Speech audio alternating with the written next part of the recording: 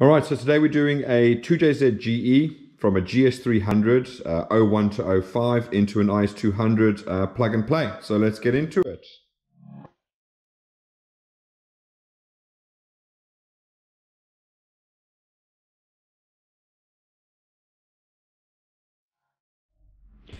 Alright, so we're going to do the layout for this harness in two sections. Since I've done a couple of these, I've realized that with the intake manifold on, you can't actually see anything underneath there. So I'm going to go through the basic layout here without the intake manifold on, and then what we'll do is we'll come back, put the intake manifold on, and show you where all the connections go over there. So when you're fitting the harness on your car, you obviously have to pull the intake off exactly like I have over here. And that's going to give you all the free space to do exactly what you need to do. All right. So looking at the ECU box, you've got your 5 plugs there and your 126 pin plug over there. We've got our MPX converter to convert the GS300 MPX data from that to work with the IS200. So that's all there. We've got the automatic transmission emulator fitted. Obviously, we're not using the automatic gearbox, so that's emulating all the signals from the automatic gearbox to make sure the ECU runs as it should. We've then got the patch resin, and that's going to plug into the 22 and the 28 pin plug that's left behind in your IS200. Okay. Then on this side, we've got the plug that goes into the blue plug over there, which in this case is a whitish plug. We've got the plug that goes into the gray plug, which in this case is a white one as well. And then we've got the black plug that goes over there. So these plugs are all different plugs, so you can't plug them in the wrong one. So that's absolutely fine. We've then obviously got the junction over here, which can be slotted down and slid up into there when it's inside your vehicle. All right. We've got the grommet, which is going to slide into the grommet over there to keep that in place. And then coming down here, we've then got the 3 resistors. So that's to get rid of SLU, SLN, and SLT codes from the ECU. So they can be mounted onto the turret over here because they do get hot. So that's why we don't keep them inside the ECU box. And then more importantly, we've got the igniter coming out here. So that is going to then be bolted down here onto the top of the strut tower like you would on an IS300. All right. So that's that little section over there as it comes out there.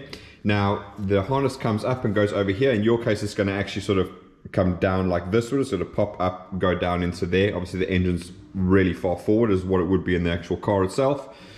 But once you get to here, it's going to break out in 3 directions. So you're going to go over the top there. You're going to come along here into this plastic piece out towards the back. And then you've got the sections coming down over there. So what we'll do is we'll start with the sections coming down, just because it'll be easier to put them in now while everything is off. So coming down here, the harness will come down and it breaks out about over here. And what you have over there is you've got your coolant temp sensor over there. You've got your NOx sensor, which is over there. You've then got an earth strap, which bolts onto the inlet manifold there. Then we've also got the oil pressure switch, which goes over there. And then coming down the bottom over here, we then come along and go over to the air con over there. And then we've got the low oil level, which plugs in just over there. So that's the engine you should have over there. So everything should plug in as it should. And then lastly, we've got the power steering pressure. So remember on the European GS300s, if your vehicle is from 2001 onwards, you actually have a power steering pressure sensor. Okay, so you've got 3 wires there. If it's before 2001, then you have a power steering pressure switch, which is the same as what the IS200 has. Just a single wire switch that goes into the power steering pressure, and then that will plug into there. Now, if you don't have all the lines that come off on the GS300 that has the power steering pressure sensor in it, then again, you can take your IS200 manifold pressure sensor and plug that in, and that will get rid of the code for that particular setup there. And obviously you can tuck that away, and there's a couple of bolt holes over here that you can just bolt it out of the way and then just keep it out of the way of everything nice and tucked away there. All right. Okay, so we're going to go down the front over here. So coming down the front, you're going to see it's a long piece here, and it breaks out here where the coils come out. So when the coils come out, again, it's the same story. There's 3 coils you're plugging into. So you've got one there, you've got one there, and then you've got one over there. All right, so there's only 3 coils. There's not 6 individual ones. And the wire lengths are only long enough to reach their respective coils. All right, so don't stress. You can't plug them into the wrong one because they won't all reach. If you plug that one into there, then that one won't reach there. Okay, nice and straightforward. Also, once it goes a little bit further down here, then it breaks out to go into your drive-by wire, which will plug in there, which will show you when the actual inlet manifold and throttle body are on. Then it's going to come along here, and it's going to plug into your lambda sensor over there. which obviously plugs into the exhaust down there. All right, so I'm going to tuck that there for now. And then lastly, you've got your pedal position sensor, which is going to go onto your throttle over there. So again, that'll become a lot clearer when the throttle's actually on, when we come back for the second part, and you'll see exactly how that goes. Then coming further down here, it's then going to break out about over here, and you've got a few plugs coming out there. So first one we'll look at is your crank sensor. So that plugs in straight over there. So you show the plug dangling out there. It also goes and plugs into your alternator. So that plugs directly into there. Then all you got to do is run your cable, main thick cable for your alternator from the bolt that's underneath here. So you'll see there's a little bolt on there. And that runs then directly along the subframe and then up to your fuse box just over there, where it plugs in over there. So that's that cable there. Then you're also going to break off for your first oxygen sensor. So that is your bank 1 sensor 1. So that goes straight into there. All right. Then you're going to break off for your mass airflow sensor, which again will be plugged into the pipe over here when we come back for the second part. And then you've got your bank 1 sensor 2. So bank 1, cylinder 1, 2, 3. Bank 2, cylinder 4, 5, and 6. So this lambda is bank 2 sensor 1. This one is bank 1 sensor 1. And then this one that goes all the way along here is bank 1 sensor 2. So in this case, obviously you'd have catalytic converters here. So this is the one that goes after the catalytic converter, and this is one that tells whether your catalytic converters are working. There is another sensor that's underneath the vehicle. So in this case, for the plug and play with the IS200, you're still going to use that sensor that's underneath the vehicle, which you just leave it plugged in basically and screw it back into the exhaust when you've done your swap. Everything is actually wired up to the ECU. So there's no wiring to do. You just have to literally screw it back in. That's it. Just do that and you should be absolutely fine. All right. So coming back to over here, you're going to see then the harness comes down here and you've got this little plastic, which we managed to find for you. And you're going to bolt it down there. You're going to bolt it down there. And the first section where it breaks out, it's going to go to a noise filter, which will plug into the inlet manifold there.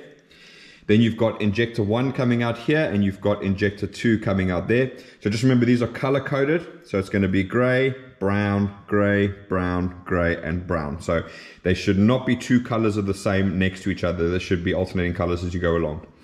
So first section here, you've got injector 1 and injector 2. You've then also got your oil control valve, which goes over there, and you've got your noise filter. Coming along, you've got this section, which is going to break out over here, and that's going to go to injector 3 and injector 4. And then if you come down along here and you have a look underneath there, you'll see there's a breakout that comes underneath there. And I'm going to get underneath here quickly, so you can see where it pops out over there. Now you've got another earthing point, which is going to bolt onto your inlet manifold over there. Coming further down, we've then got the knock sensor, and we've got the starter plug. So really nice and simple. If you have a look right at the back here, I'm just going to see if I can get the camera in there. Let's just have a look. There you go. So that plugs straight into there like that. And then you've got your starter plug, which is the big black plug over there. And that's going to go straight into your starter motor just over there. All right, super nice and simple. All right, let's get the camera out. Oh, all right, getting into spaces there. Then also coming out here, you've got your valve for your ACIS system, or acoustic control induction system, which we'll do the testing of in there, and I'll show you where that valve is. It's in the inlet manifold, obviously. All right, so that's the section that comes down there. Then coming along here, you're going to have another bunch of wires that break out at the back here. They're going to go to injector 5 and injector 6. And then your cam sensor, which is just down in there, so that comes out of this one there. And then lastly, you've got your PRG valve, which is going to go into there. And again, that's part of the inlet manifold. I'll show you where that is, a little vacuum solenoid valve over there. Then lastly, as you're using the manual gearbox, we've got the manual gearbox harness coming out the back there. And that's going to break out to your reverse switch, which is over there. And then along to your speed sensor, which is going to plug in there. So using the J160. So again, nice and straightforward. It's just going to go along the back and then plug into the different sensors on the gearbox. All right, so that's pretty much the whole layout there. So what I'm going to do now, so I'm going to cut. I'm going to put all the inlet manifold and everything on, plug all the bits that go in there. And oh, I nearly forgot, sorry. There's your TPS. But you'll see that obviously when it's actually with the throttle on, and you'll see it all plugged in over there. So let me just cut here, put everything back on, and then we'll see you in a minute. Right, so now we've got the actual inlet manifold on. I'm just going to go through and show you exactly what plugs into where on your actual inlet manifold itself. So starting from here, you've actually got your little clip over there, which you'll be able to clip your harness on there. All right, you've got your noise filter, which we spoke about earlier, which plugs directly into there. You've then got your TPS, which plugs in directly on there, on the harness that pops out over there. Coming around here, you've got your drive-by-wire motor that plugs in over there. Harness runs a little bit underneath, pops over to your accelerator position sensor over there. And as discussed, you've got your lambda sensor, which you should have a little bracket at the back of the engine here, which that should clip into and go into there. So in this case, we're just gonna put it over there, so it's away from the exhaust. So, and then last but not least, you've got your mass airflow sensor. So this is the kind of style that you need for the newer GS300s. So from 2001 onwards, it had this little small filter. All right, sorry, mass airflow sensor. The earlier ones had the big chunky mass airflow meter. All right, so just remember that. If it's after 2001, you need to use the small one. If it's pre, you use the bigger one. And remember, they are different wiring, so you can't just grab a GS300 mass airflow sensor. You have to get the correct one for your particular engine. All right, and that's going to go straight into there. Let's just squeeze that in there. And then obviously we've got your plug over there. And that just plugs straight into the mass airflow sensor. And click, there you go. Right, so that's the entire layout. So hopefully you find it useful breaking it up into two sections. I'm giving it a try because, like I said, it's so difficult to see underneath the inlet manifold. You can't really see where anything is. So I thought it'd be nice for you guys to actually see, you know, what it looks like and where everything goes. And in regards to the vacuum hoses, obviously there are quite a few. So you've got this one which pops down to this pipe over here. So that's for your air assisted injectors. So like a 3UZ, these have air assisted injectors on them. And then coming down here, you've got that vacuum solenoid valve we were showing with the blue plug earlier. And that goes in through there and plugs into that pipe over there. This one goes from down here to a metal pipe that goes underneath. This one, which I've actually blocked off, would normally go to your crankcase breather over there. And then you've got a couple of small vacuum hoses. So you've got this one that pops down to a metal pipe over there, and you've got a small one that pops to a metal pipe over there. And that's all the ones that go along to your ACIS vacuum canister over here. So that holds a vacuum there, so the ACIS can operate when there is no vacuum on the engine. So just out of interest, there's your ACIS valve. So you can see I can physically move it by hand. Okay, so that's the little valve that opens up to effectively half the intake length over there. I haven't done a video on the 2J, what it looks like underneath. If you guys really want to see, I do have a video on the 1UZ to show you exactly what it looks like, and it'll give you the idea of the concept effectively of what's happening here. So what I'll do is I'll put a link up there anyway for that, just so you can see that, and it'll give you an idea of exactly what's happening there. All right, so that's the layout all done. So what we're going to do now is obviously we're going to get it tested, we're going to get it warmed up, and then when we're ready, we're going to pop back, and then we'll do the final testing video. Thanks for watching, guys. We'll see you again later. Right, so now we're going to go into the testing portion of the video, and that's going to include two sections. One being where we're testing with sort of just the ignition on. We'll run through a couple of things with the OBD2 machine, and the second part is going to be with the actual engine running, so we can test all of the sections that need to go on there. So to go over exactly what we're going to be testing, on the first section over here, we're going to be looking firstly at the immobilizer removal. So you can see the actual security light is flashing, so we're going to make sure that goes off when we insert the key. We're then going to look at the ambient temp, so that's the outside temperature in the little cluster on the IS200 there. Then we'll come over and we'll look at all the lights on the dash. So we're looking for the charge light, the oil pressure light, and the check engine light. So that will obviously appear on the cluster itself. Then we're going to test the reverse, the speedo signal. We're going to come over to the OBD2 machine, make sure it connects to the vehicle. And as you can see, it is wired up to the OBD2 port that would be inside your vehicle. So there's no special plug or anything to add on there. You just plug into where you normally would. Then we're going to, once we're inside the machine, then we're going to test the power and snow mode. So obviously this is IS200, you don't have that, but I test to make sure it all works. And if you guys do want, let me know. I'll try and see if I can do a guide on exactly how to wire an IS300 power and snow switch rather than the TRC1 and snow that you normally have. Right. Then we're going to use the machine to test all the AC clutch systems. So we're going to make sure we're getting a signal from the actual car itself into the ECU and that it is recognizing it. And then we'll test the actual AC magnetic clutch relay. So we'll hear that click and we should see the aircon pump actually close in when we do that. So we know that everything is working and we know all the way down to the aircon pump, it is actually working as it should. In terms of the engine running, nice and simple, it's just going to be the starter circuit. So what do I mean by that? I mean that when you turn the key and everything is plugged in, it starts up exactly as it should. So that's fine. Then we'll come and we'll take a look at the tacho signal. So again, we're just looking in the cluster there to make sure we're getting an actual reading through to the car. Coolant temp, so there we're going to go on the coolant temp. Now I have run the engine, so it should be about sort of 70-60 degrees, so we should get that signal straight away with the ignition on actually. Then we're going to do the drive-by-wire test. So these engines are drive-by-wire even though they have a cable on them. So what we'll do is we just want to turn the accelerator and make sure that we're getting a rev from the engine, or the RPM is increasing from the second we touch that, because with these sort of early hybrid systems, you'll see at the end, there's a small section at the end where it does actually actuate the butterfly inside the throttle. So we want to make sure that we're not reaching that, but we are causing the engine to rev. Then what we'll do is we'll go into our OBD2 machine and we're going to test the ACIS, or acoustic control induction system. So that's this little valve over here. So what we're basically looking for is when we press on the thing to test it with the engine running, that should then pull down like that. All right, so we'll have the camera on there so you can see that. We'll also test the oil control valve. On the 6-cylinder straight engines, when we do test the oil control valve, which is this one over here, which controls the VVT-i, it usually cuts the engine. So you'll probably hear the engine cut, and I'll start it up again afterwards. If it cuts, that means it's working. So we know that it's actually affecting the engine when we do the test. Then what I'm going to do is I'm going to go through and I'm going to pull out all the injectors. Well, as much as I can single-handedly. I might have to miss the 2 in the middle there, but I have tested them. So each cylinder is misfiring when I pull out an injector. And I'll be able to get to all 4, so the 2 there and 2 there. And I'll try and get the ones in the middle, but if I can't, then unfortunately I can't single-handedly. And then what we'll do is we'll come and look at all the codes on the actual OBD2 machine. So we should have no codes. Now in this case, we do have the oxygen sensor for bank 2 sensor 1.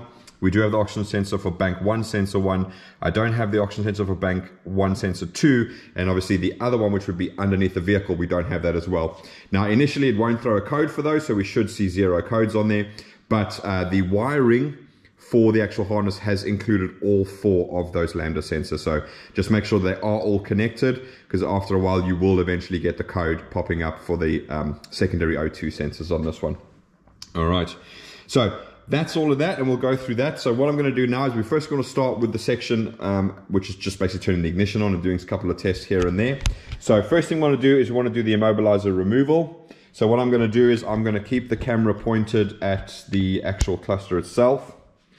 All right, now all I'm doing is inserting the key. So I've done loads of videos on how the immobilizer system works in these. So the second I insert the key, that light is going to go off. I'm not even going to turn the ignition on.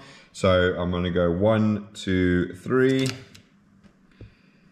Now some of you may have heard the relay click. I have explained exactly how the whole system works, but you can see the security light is no longer flashing. So we can know that the immobilizer is actually removed.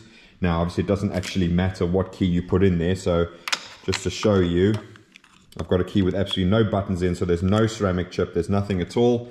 And as soon as I insert it, there you go, immobilizer removed. No chip in there, so we know 100% of the immobilizer is removed from there. This is the only key that's actually cut to the vehicle, so I have to use that one to turn the ignition on. Right, so now we're going to turn the ignition on. You can hear the throttle humming away there, goes drive-by-wire. So what we're going to do is scoot over here, and we've got 11 degrees on our ambient temperature. Now this ambient temperature is actually sensed by the ECU via the temperature probe that normally sits on the crash bar, like underneath the crash bar on that side over there. So just make sure that sensor is connected and working, otherwise you won't have the ambient temperature input there. Next up, we're going to go look at all the lights on the dash. So you can see we've got our check engine light. Sorry, got our check engine light, we've got our battery light, and we've got our oil light over there. I've removed the bulb for low oil level, but it will work in this case because the sensor and everything is connected exactly as it should be. Right, so what we're going to do now is we're going to scoot over to the other side, and we're going to test the reverse and the speedo. So all I'm going to do now is exactly what your gearbox would do. I'm just going to bridge the switch here. So we're testing literally from the terminals all the way to the inside of the car. And as soon as I bridge that, you get the usual annoying beep from the IS200. So I know that the reverse circuit is complete and working. So as soon as you stick it in reverse with the J160 gearbox, it will actually put the reverse lights on and it'll beep away and all of that. Right, so for the speedo, we're using our usual little test device. This is our actual tacho signal converter. It does have a test output feature, and that's what I'm using to get the speed on the actual cluster itself. So what we're doing is we are connecting power and ground because it's a Hall effect style sensor. So it's got 12 volts, it's got ground, and it's got signal out. So connecting 12 volts and ground here tells me that to the actual plug itself, I'm getting the correct signal. So you can see it is actually flashing away there. So all I'm going to do now is I'm going to put it into test mode so that we can supply the signal to it. So if you bear with me.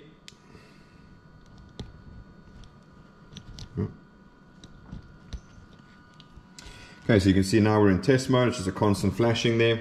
And all I'm going to do is I'm going to put the yellow wire in the third wire with the signal. And as you can see, we've got a lovely speed signal coming through there. And as I disconnect it, there it goes away. Right, so I'm happy that literally from the terminals of the plug all the way to the cluster, all the wiring is correct. That's fantastic. Right, okay, so that's the reverse and the speedo done. So let's pop over to our OBD2 machine here. Now, obviously, I have already turned it on because it takes ages to load up this machine. You can see we're already getting 56 degrees on coolant temp, which is evident by the fact that we can actually see the coolant temp is off the needle there, all right?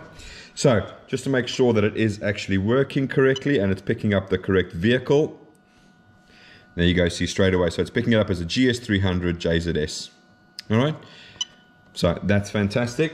Right, so what we're going to do is we're going to move over to the power and the snow mode now. So what I'm going to do is I've got my power and snow mode switch here. And all I'm going to do is I'm going to press the switch and it's going to actually show me on the diagnostic machine that those particular modes are activated. So I'm just going to go over to data list. I'm going to scroll down until I can see PWR and snow mode.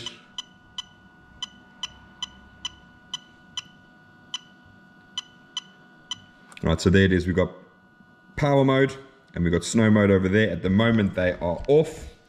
So what I'm going to do now is I'm going to hold the camera there. Let's see if I can, hopefully it's focused.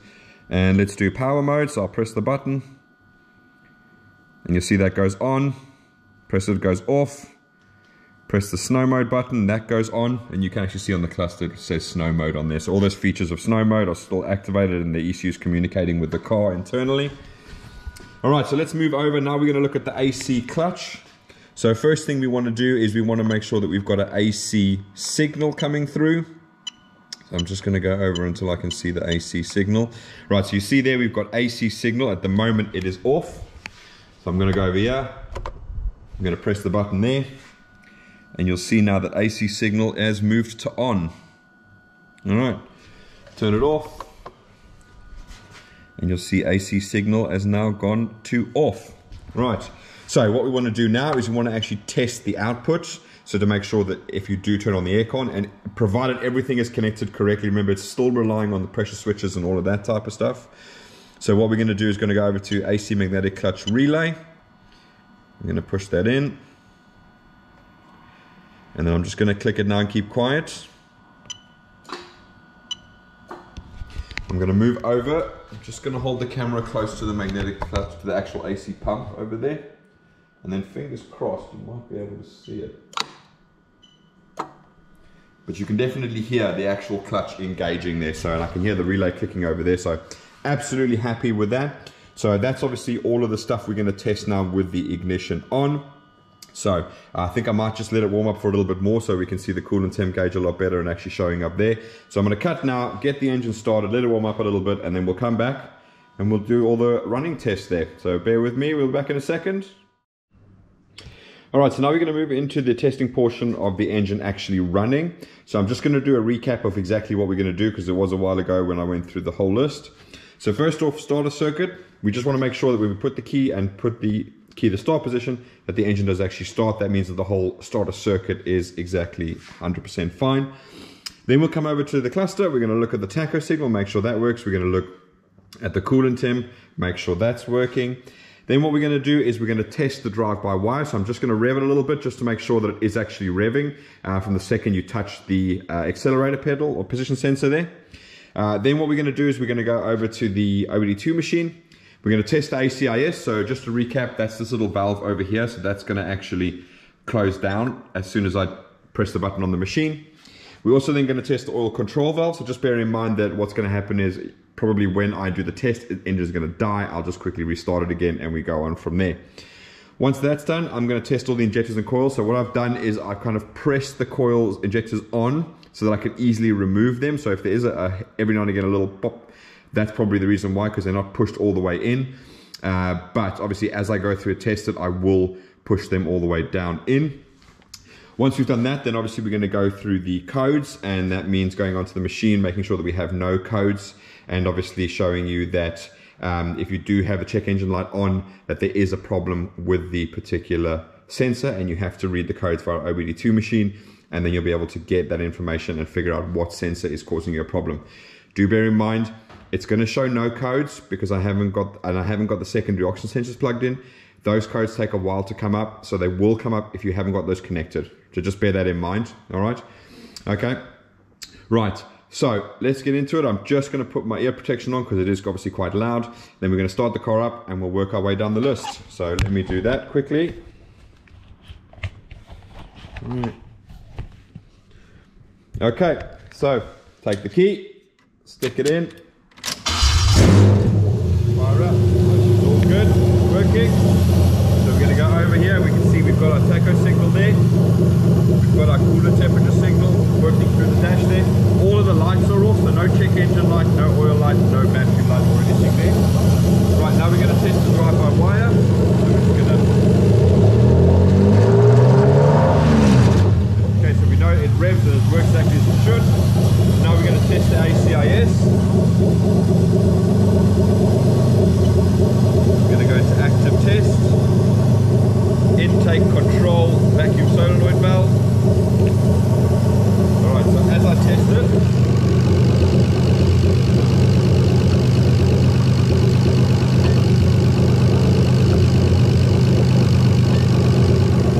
rightio, so that's all good. Then we're going to test the oil control valve. So we're going to go into active test. VVT-i control bank 1.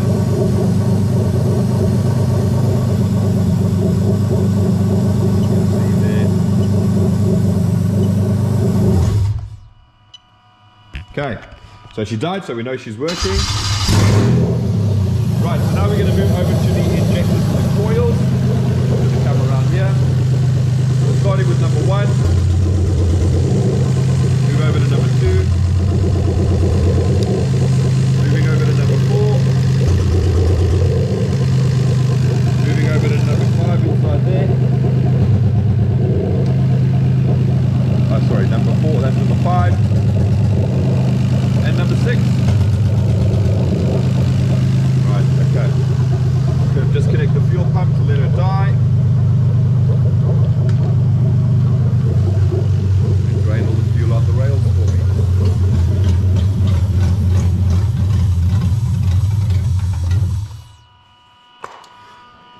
Right, so all the fuel drained when I pull the engine apart. Nice little tip for you guys. Now usually this little fuel pulsation damper is actually covered with a plastic cover on there.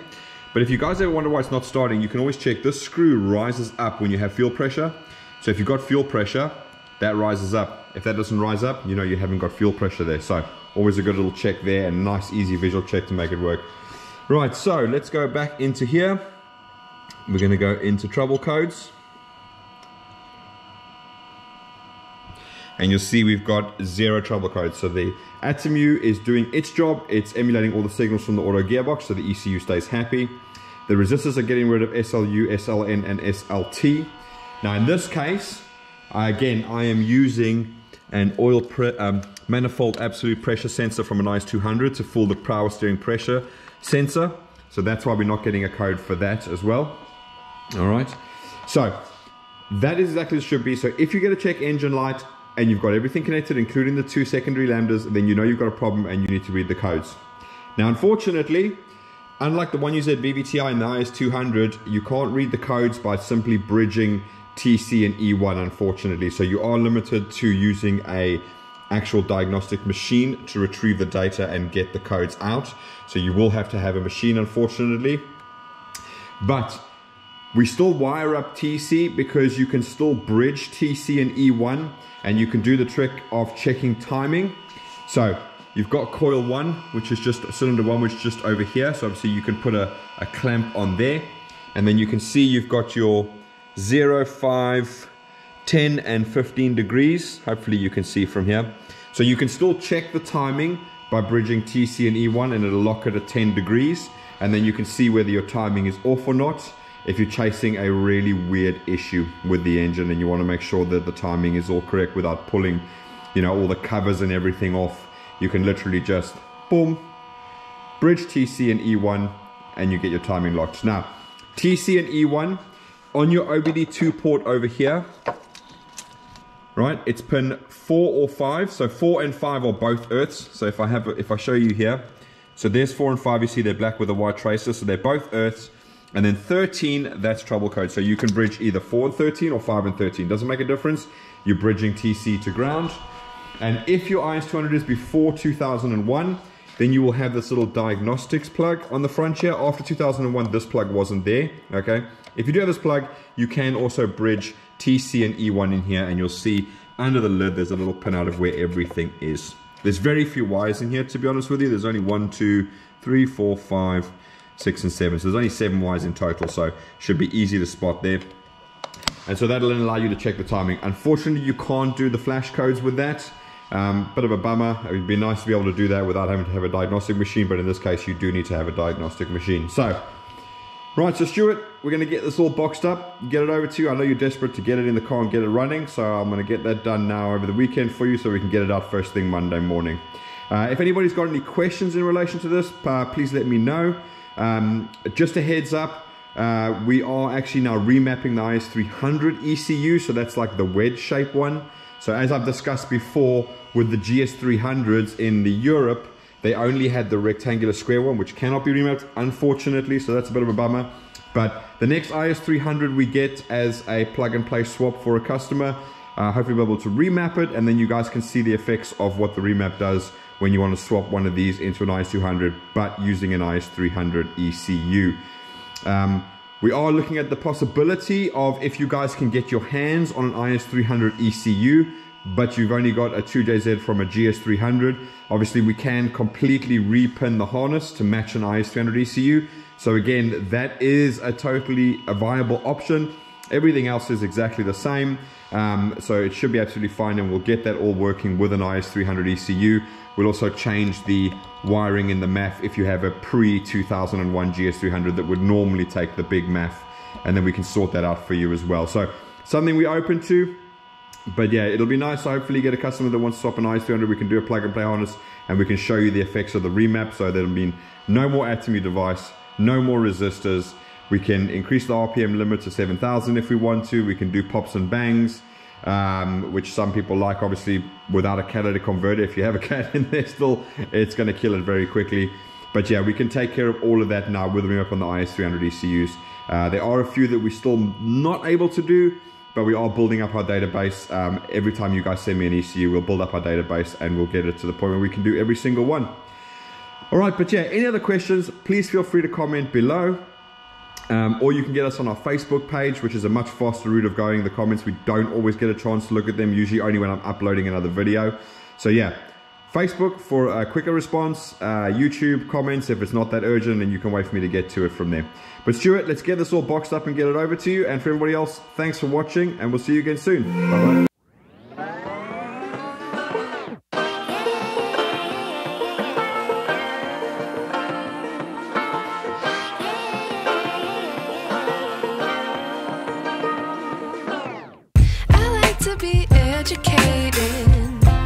But I'm so frustrated. Hello to my loneliness. I guess that ignorance is